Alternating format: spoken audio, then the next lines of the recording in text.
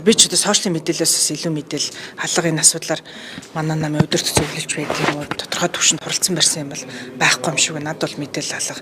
Тэгэхээр би бол миний сошиалын авсан мэдээллээр одоо хүүхд нэрч хэрэг мэдээлэл одоо өгч мэдээллийн төрөх гэж байгаа бол тэр юугаараа шалах ажиллагаа нь явах нь бол зүйтэй баха. Тэндээс хууль зөрчил энэ асуудал байх юм бол хууль шүүхийн байгууллагаар дараагийн ажиллагаа явагдах нь бол дараагийн асуудал. Өөрөө бол тайлбар өгөх ёстой. Мэдээж хариуцлагатай албан тушаалтай хүний хувьд үүн дээр бол тайлбар өгөх ёстой. Бид нар бүгдээрээ одоо юуны захимын мэдээлэлтэй байгаа учраас үүнээс бол илүү мэдээл би ч гэсэн сайн мэддэг. Үүнийг намын гишүүн өргөдөх тэр одоо бүлгийн хувьдч дээр бас шахаж ажиллах уу ер нь тайлбар өгөх асуудал. Тайлбар угаасаа өгөх бах. Одоо угаасаа намын дүрмийн дагууч тэр улсын хурлын хувь гишүүний ёс зүйн хүрээнд ч гэсэндээ тэр үүн дээр бол тайлбар өгөх бах.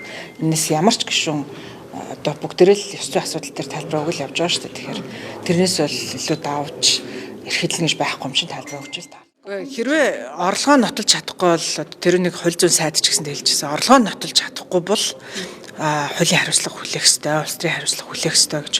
Тэгэхээр энэ бол угаасаа ойлгомжтой. Тэр эсвэл эцэг их нь хүс юм уу, эцэг нь хүсмэл ямар орлогоосоо хүсье. За дээрэс нэмээд тэр хүүхд өөрөө олсон юм уу, тэгвэл ханаасаа олсон гэдгийг л тайлбарлах хэрэгтэй. Бид нар ч бүгдээрээ харилцан хамааралтай этгээдүүд гээл өөрсдийнхээ хөрөнгө орлогын мэдүүлэгт бол хамаагийн мал тоочж байгаа шүү дээ. Тэгээд хамаагийн мал тоочж байгаа.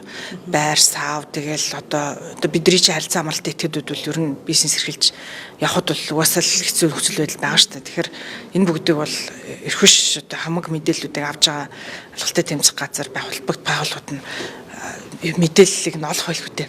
Хүмүүс чинь сошиалор тэр байтугай мэдээллүүдийг олдог болсон юм шиг шүү дээ. Сайн ингээ харахад.